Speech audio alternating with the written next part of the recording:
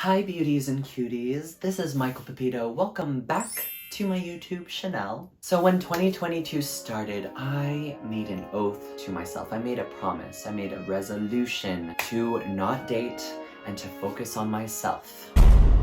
I think most of us had made this oath at one point or another in our lifetime. But I was dead serious. I was just really not gonna date. I just wanted to just hustle and do my thing and grind, you know? Which I still did, okay? But yeah, I dated. I dated a lot this year. I was literally on and off dating apps the whole year. I just found myself downloading and re-downloading Bumble, Grindr, Tinder, on and off, just meeting so many new types of people. And you know, it was fun. It was fun here and there. Sometimes it was messy, and sometimes it was just plain toxic. But you know, in a way, I'm sort of glad I had a surge in dating in 2022 because, you know, I've had some many interesting experiences. But yeah, my reasoning though, I just want to explain myself for why I didn't follow through with this initial resolution, okay? In 2020, there was just like a total halt on my love life, obviously because of, you know, the pandemia. The panorama, Miss Rona, whatever you want to call her. Now, 2021, things were still, you know, panorama vibes. So I was still very hesitant. I think more towards the end of 2021. I went on a date here and there. But yeah, no, 2022, things just started to feel a little normal again, you know? I mean, even though Miss Rona still exists, mask mandates were lifted, indoor dining was a thing again, people were going out, clubbing, going to bars. It just felt all so new. I just wanted to experience the world again and just reconnect with friends, family, and dick. So in this video, I just wanted to share my dating experiences as a femboy because let me tell you, the experiences of being more feminine identifying in the gay community in regards to dating is a totally different playing field. We're gonna unpack this. I'm gonna let you know what really happens when you date in the gay community as a femboy. And specifically, I wanna address my intersectionality of being Asian, feminine, and gay. But before we get into that, let's just reel it in. Let's bring it back to the basics. What is a femboy, you may ask? Well, let me tell you. So in short, a femboy is a man or boy who typically expresses their gender expression in a more conventionally feminine manner in regards to the heteronormative binary. I'll get more into that later. Femboys usually dress more feminine in women's clothes, wear girly accessories, do their makeup in a feminine way, and sit, speak, and act in a feminine manner. And did you know that femboys can be any sexual orientation? Like, there are straight femboys, there are bisexual femboys, there are even asexual femboys, and I think that is so fucking cool. Comment down below if you're a femboy. No matter what your sexual orientation is, let me know in the comments down below. Okay, so now I want to talk about homonormativity. But first, let's talk about heteronormativity. So heteronormativity is defined as relating to a worldview that promotes heterosexuality as the normal or preferred sexual orientation, along with all the conventional binaries that we've come to know as a society, like traditional femininity and masculinity. But wait, hold up. Why are we talking about heterosexuality if we're talking about the gays? Well, let me tell you. So, Homonormativity literally copy-pastes the dominant heteronormative ideals and binary constructs and literally weaves it into the fabric of LGBT culture and identity, specifically with dating preferences. Meaning that conventional masculinity is much more preferred than traditional femininity in the gay dating scene. With a few exceptions, okay? But generally speaking, this is the unfortunate way it is for femboys like me. Just kidding, I'm not gonna cry. I'm a Capricorn, I'm not gonna cry. So the typical masculine traits that the gays love are tall, muscular jock types, daddy types, you know, six-pack abs, bodybuilders. But when you also add race into the equation of gay dating, whiteness and Eurocentric features are much more preferred. So in the homonormative pyramid, think of the white muscle gaze at the top of the pyramid, and as you descend down the pyramid, the skin tone gets darker and the gender expression gets more feminine. Yeah. I remember I saw a study reporting that on dating apps in general, not only for the gay community, but also for straight people, Asian and African American people were less sought after on dating apps, and they did not do well algorithmically. Again, there are a few exceptions. And with trans and more feminine identifying gays on dating apps, we tend to be extremely fetishized and sexualized, or totally ignored and ostracized. Like, it's very intense. There's like no in between sometimes. It's just like one or the other. That whole fetishized and ostracized dynamic, that's gonna be a whole nother video because I just need to unpack that for y'all. Typically, for more feminine identifying gays with a gender expression that is conventionally more feminine, the dating pool is much smaller for us, and that is also another sad reality. So I have a unique blend of intersectionality, being gay, Asian, and more feminine identifying. And honestly, I've always been proud of who I am and who I've become. Never for once have I wanted to change who I am, because like I feel so good being this kind of, you know, fantasy, being that bitch, you know, like, mwah. But my specific intersectionality in regards to the gay dating scene, I've been put in positions to be extremely objectified, fetishized, and ostracized. And it ain't cute. Most men on dating apps that I chat with or match with, they tend to fetishize me immediately, like right off the bat. You'd expect like a, hey, what's up? How's your day going? But no. Literally, these guys will be like, Love femmes, submissive bottoms. or I wanna breed that pussy. Or in most case scenarios, these men, specifically on Grindr, don't even say hi or what's up or like an intro message with words. They just send me a slew of like unsolicited dick pics and nudes with no context. Sometimes they even add like a very inconspicuous random location, and I'm just like, this is sus. But thank God for the block button, am I right? You see, homonormativity in the gay dating scene being heavily influenced by heteronormative ideals means that toxic masculinity and the male gaze is just times 100 in the gay dating scene. Like, I shit you not. I swear, like, sometimes toxic masculinity in the gay dating scene is way worse than straight toxic masculinity. I mean, toxic masculinity in general is just Ew.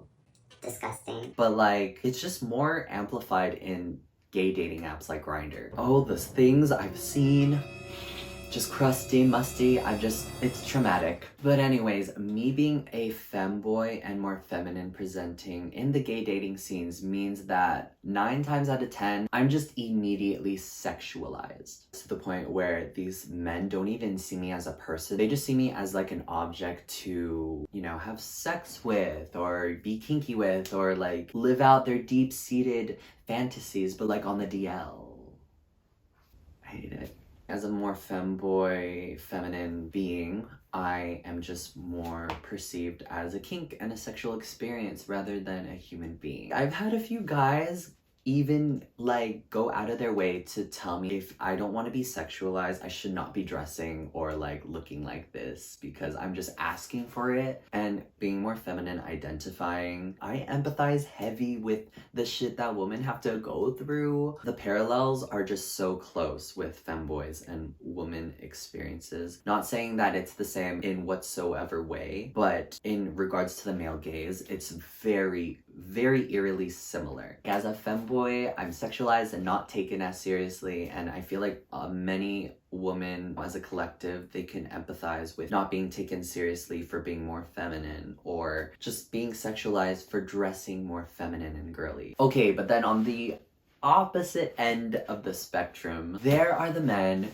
who literally ostracize and ridicule or ignore femboys like me. It's just very funny to me that a already marginalized group of people, such as, you know, the gay LGBT community, is just so prejudiced within the community. I'm just like, huh?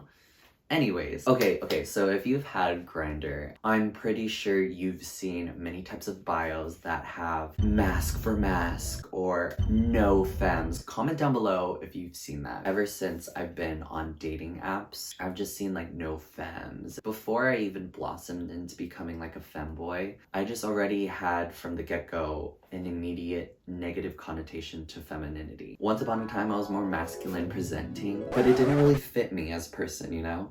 Sorry, I burped. And literally like a good 80% of men on these dating apps have the no fems or mask for mask thing as their header or their bio. Also, another point, this is just like a side tangent, but it gets pretty racist on gay dating apps. There's some men out there that go out of their way to also put in their bios, no Asians, no Latinos, no blacks. It's just insane, like very, very racist. Like, for what? Like, shut the fuck up. Okay, but aside from all the fetishization and objectification that I have to go through on dating apps as a femboy, I've honestly met a lot of nice and genuine guys who actually treat me like a normal fucking human being instead of a caricature of a femboy. What do I mean by a caricature? Let me use Marilyn Monroe as an example. So she's famous for being overtly feminine, very conventionally beautiful, and just unapologetically sexual, which has led to the men and media seeing her less as a human being and more as the overall persona, which is mostly external. Men just have failed to see the humanity in her, which has led her to being exploited by men and only seen as like a sexual being because she's just so feminine and beautiful and they just only see the outside. But yeah, relating myself to, you know, the Marilyn Monroe example, I, as a feminine identifying gay male, of course dress more femininely, act more femininely, look more femininely with feminine boys like me, and even trans. A lot of us are just put into a box of just being feminine and pretty and always looking hot, rather than seeing that there is a person behind all the makeup, as if I dress and look this way to get some dick. I mean, Give me a break. I've been on dates with guys, not the nice ones, the crusty musties, who have, you know, they started off, the conversation starts off very innocent and chill, like they ask me like, what's my favorite color, or what kind of foods do I like, you know, the typical like date banter. But then they just get right into the sex talk. Right into the sex talk. They come out with questions so casually as if it's part of the chill conversation we were having earlier. They like ask me like, what's my favorite position? Or would I wear panties and lingerie for them? Or what kinds of hookups have I had? It just gets so sexual off the bat. And once that happens, I literally get immediately turned off. I kind of like astral project out of my body and I dissociate and I just like zone out. I just wait for my food to come. I'm just enjoying my food. I just don't even care about the guy anymore because he's just already overtly disrespecting me. I don't know, it just like makes me feel like icky when like guys just start to talk like that on a first date. Like, I love, you know, I personally love sex. I can get sexual, okay, but like on a first date, it's just very inappropriate. Like, when I get to know you after like a couple dates, or once I know like we're vibing really well, maybe we could get into that sex talk. Yeah. But I just don't feel comfortable with the foundation of a potential relationship being the basis of lust. Okay, but I lost track. Back to the silver lining. There's a silver lining to all of this. Like, it's not totally tragic for people like me, okay? Aside from all that BS, I have dated men who genuinely want to get to know me, respect me, and, you know, have treated me like a normal human being rather than a sexual being. You have to weed out all the crusty musties to get to these types, but trust me, they're out there. As a femboy, my dating pool, I am cognizant that it is smaller more than the conventional kind of more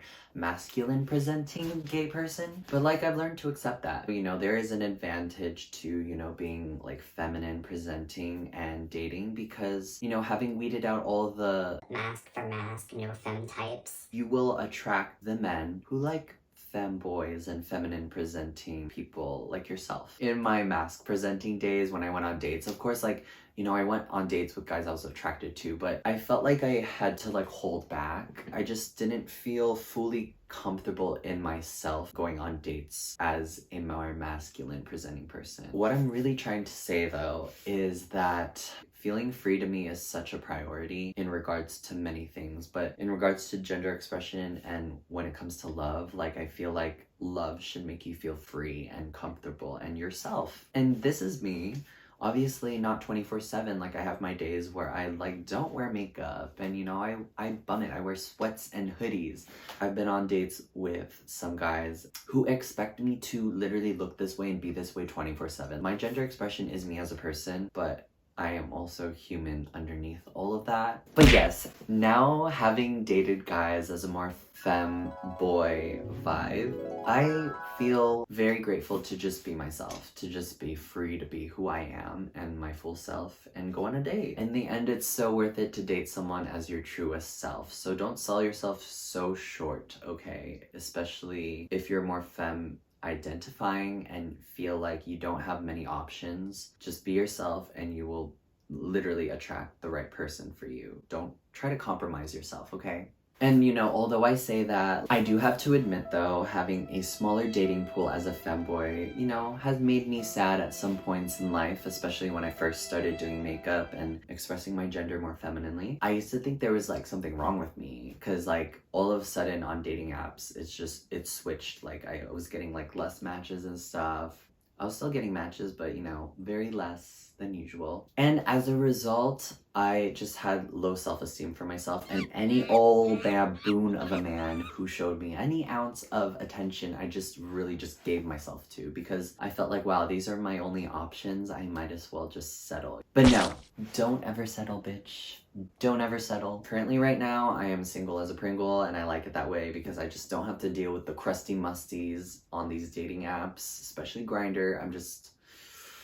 And yeah, it has been quite a journey being a femboy. We're a rare breed in this world, but I wouldn't have it any other way. I just really am embracing now the small dating pool that I have because those are a select few of guys who aren't afraid to date someone like me. Of course, they're the ones that fucking fetishize and objectify me, but there are a good amount of guys who are respectful and will take the time to get to know me as a person, regardless of my feminine expression. If you're a femboy watching this, I really hope this video gave you hope and also made you feel less alone because, you know, being a femboy, like I said, we are a rare breed. I don't see people like me often out on the streets. Anyways, thank you guys so much for watching this video. It has been very liberating talking about this subject, and it is not something that is often recognized in the gay community. A lot of the topics I touched upon, like the male gaze,